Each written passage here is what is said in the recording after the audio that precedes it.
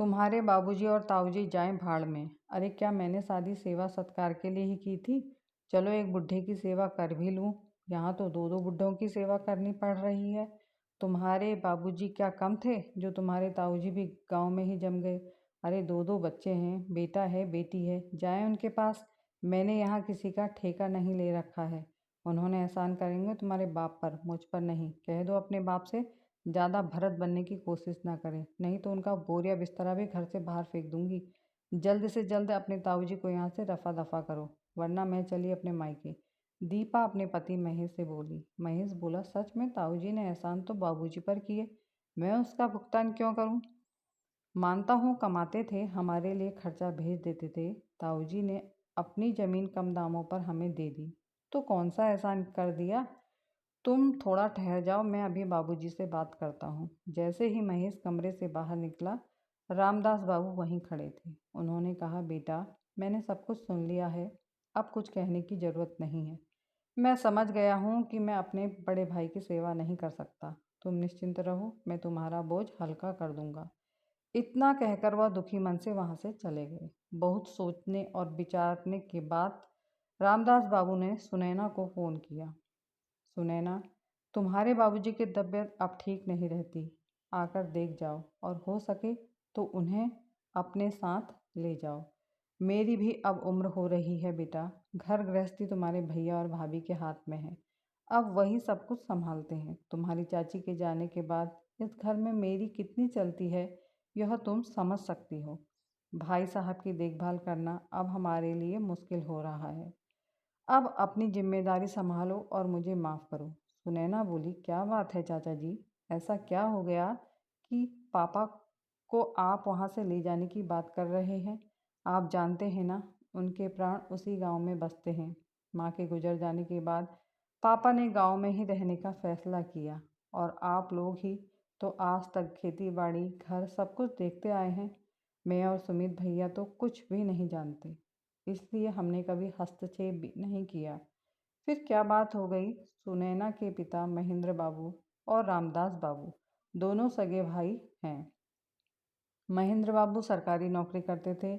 दोनों बच्चों के विवाह के 1 साल बाद उनकी पत्नी का स्वर्गवास हो गया, तो वह बच्चों के पास न रहकर अपने गांव के घर में रहने लगे। वहाँ काफ़ी ज़मीन जायदाद थी। अब पिता के खाने पीने का ख्याल चाचा और उनके परिवार वाले ही रखते थे, इसलिए सुनैना और सुमित ने कभी दखल भी नहीं दिया। खेती बाड़ी से जो भी कमाई होती वह रामदास बाबू के खाते में ही जाती। यहाँ तक कि महेंद्र बाबू के कहने पर 5 महीने पहले ही उन्होंने अपने हिस्से की ज़मीन भी रामदास बाबू के नाम पर औने पौने दाम पर कर दी, ताकि उनकी देखभाल में उनके पैसे खर्च ना हो। सुनैना का भाई सुमित खुद का बिजनेस करता था, और सुनैना के पति एक नामी गिरामी डॉक्टर थे। सुमित भैया की पत्नी मीनू एक उच्च वर्गीय परिवार से आई थी, जो अपनी ही दुनिया में रहती थी। उसे अपनी ज़िंदगी में ना तो किसी का दखल पसंद था और ना ही वह पारिवारिक प्रपंचों में पड़ती थी। 1 घंटे बाद सुनैना सुमित को फ़ोन किया और सारी बातें बताई। सुमित बोला, अभी तो मुझे बिल्कुल फुर्सत नहीं है। सुनैना बोली, फुर्सत नहीं है तो निकालनी होगी, और हमें कल सुबह ही निकलना होगा। चाचा जी ने दबाव देकर कहा है कि आकर देख जाओ। आखिरकार सुमित को मानना ही पड़ा। अगली सुबह दोनों भाई बहन निकले। रास्ते में सुमित को परेशान देखकर सुनैना बोली, परेशान मत हो, एक बार पापा को डॉक्टर को दिखा देंगे तो वह ठीक हो जाएंगे। सुमित झल्लाकर बोला, सब कुछ ठीक तो चल रहा था, एकाएक क्या हो गया? अगर कुछ साल और देखभाल कर लेते तो उन लोगों का क्या बिगड़ जाता?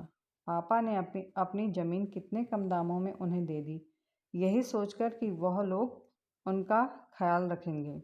अपना मतलब निकल गया तो हो गए रिश्ते ख़त्म। सुनैना बोली, छोड़ो ना पुरानी बातों को, अब उसके बारे में बातें करने से क्या फ़ायदा? शायद पापा आखिरी वक्त में अपने बच्चों के साथ रहना चाहते हों। सुमित उत्तेजित होकर बोला, दीदी आपके लिए कहना बहुत आसान है, पर मेरे लिए बहुत मुश्किल। अरे जीजाजी के पास बहुत रुपया पैसा है, अगर पापा को अपने साथ लाने की नौबत आ गई तो आप पापा को अपने ही साथ रखना। आप तो मीनू के स्वभाव से परिचित हैं। उसने तो साफ साफ कह दिया है, और 2 कमरे के घर में मैं उन्हें कहाँ रखूँगा।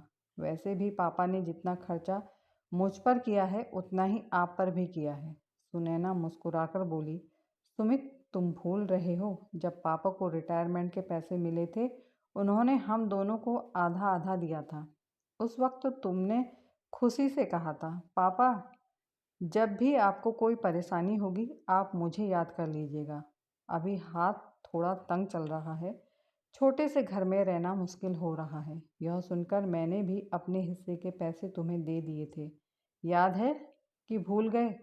सुमित ने गुस्से से मुंह फेर लिया। तुम अपनी जिम्मेदारियों से मुंह नहीं मोड़ सकते। मैं तो कम से कम साल में एक बार गांव जाकर पापा से मिल आती हूँ। तुम तो कभी झांकने तक नहीं गए। तुम चिंता मत करो, अगर ऐसा कुछ हुआ तो मैं उन्हें अपने साथ रख लूँगी। सुनैना मन ही मन सोच रही थी, पति इतने बड़े डॉक्टर हैं, दुनिया भर के लोगों का इलाज करते हैं, क्या वह बूढ़े ससुर को सहारा नहीं देंगे? सफ़र खत्म हुआ और वह गांव पहुंचे। महेंद्र बाबू को देखकर सुनैना की आंखें भर आई। लंबे चौड़े हट्टे कट्टे महेंद्र बाबू सूखकर हड्डियों का ढांचा हो गए थे। सुनैना पिता के गले लगकर बोली, पापा 5-6 महीनों में ऐसा क्या हो गया कि आप इतने कमज़ोर कैसे हो गए? पहले फ़ोन करवा देते, मैं चली आती। पापा थरथराती आवाज़ में बोले, तुम दोनों की भी अपनी ज़िंदगी है, मैं किसी पर बोझ नहीं बनना चाहता। शहर में परेशानियां भी कम नहीं होती, पर अब शायद मैं इन लोगों के लिए भी बोझ बन गया हूँ। सुनैना ने पिता को आश्वासन दिया और अगली सुबह उन्हें लेकर वापस निकल गई। अगले दिन सुनैना अपने पति अनुराग से बोली, पापा की तबीयत बहुत खराब थी, आप यहाँ थे नहीं, तो मैं गांव जाकर उन्हें अपने साथ ले आई। अनुराग अचानक गुस्से से बोला, यहाँ ले आई? क्या मतलब है तुम्हारा? तुमने मुझसे पूछने की भी ज़रूरत नहीं समझी और इतना बड़ा फैसला खुद ही ले लिया। मैंने यहाँ कोई वृद्धाश्रम नहीं खोला है और तुम्हारे पिताजी की जिम्मेदारी तुम्हारे भाई की है। जब पैसे लेने की बात आई थी तो कैसे नाटक करते हुए उसने सारे पैसे ले लिए थे और तुमने भी दानवीर बनकर अपने पैसे उसे दे दिए थे। मैं पैसे अपने अपने और अपने बच्चों के लिए कमाता हूँ, दान करने के लिए नहीं। अनुराग के इस रूप को देखकर सुनैना हैरान हो गई। जो इंसान अनजान की सेवा और इलाज कर सकता है, उसके मन में और घर में अपने ससुर के लिए कोई जगह नहीं थी।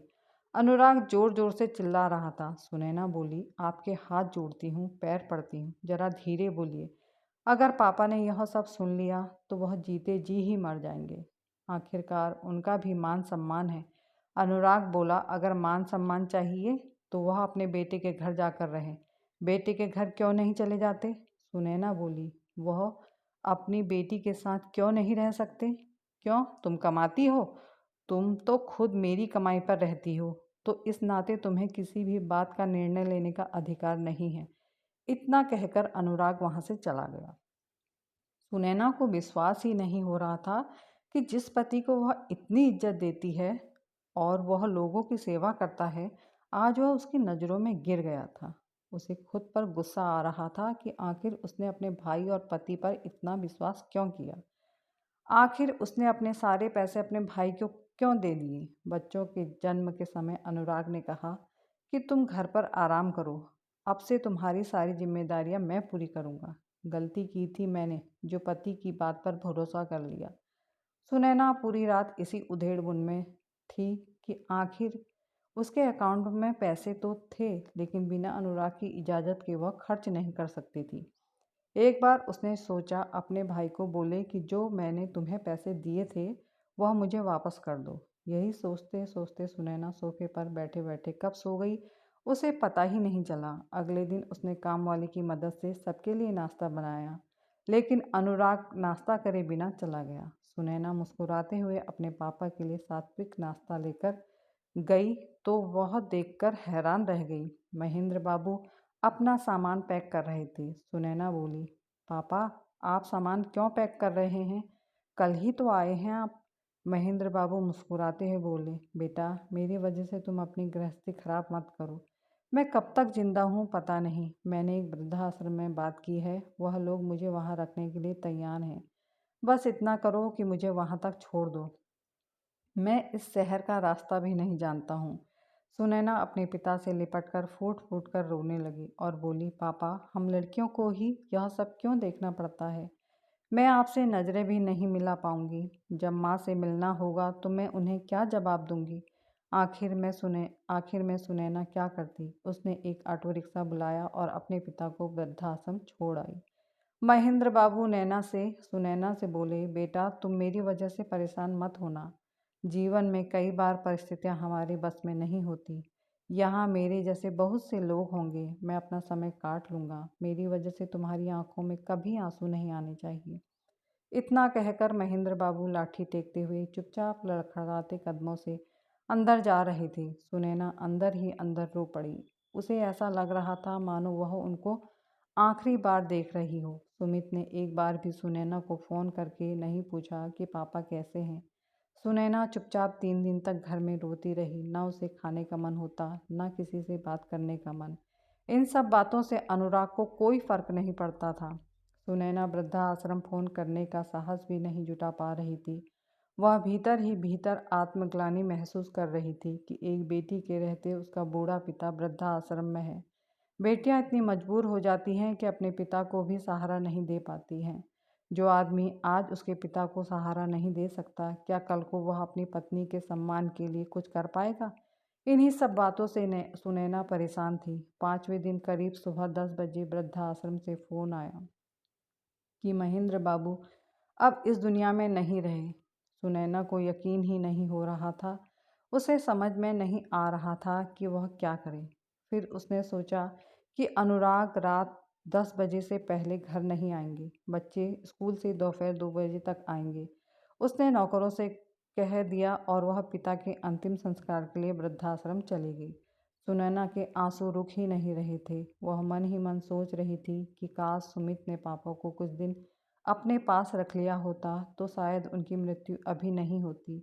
काश कि अनुराग एक मरीज समझकर ही मेरे पापा को अपने घर में सहारा दे देते तो कौन सा उनके घर में जगह कम पड़ जाती और आज मैं अनाथ नहीं होती। जैसे ही सुनैना वृद्धाश्रम पहुंची तो वृद्धाश्रम के मैनेजर ने कहा, उनकी लिस्ट में बेटा बहू बेटी दामाद सब है, फिर आप अकेले कैसे आई? उनकी आत्मा को शांति कैसे मिलेगी? सुनैना बोली, उनकी आत्मा को शांति तो 5 दिन पहले ही मिल गई थी, जब उनके सामने यह सत्य आया था कि इस संसार में सारे रिश्ते मतलब के हैं।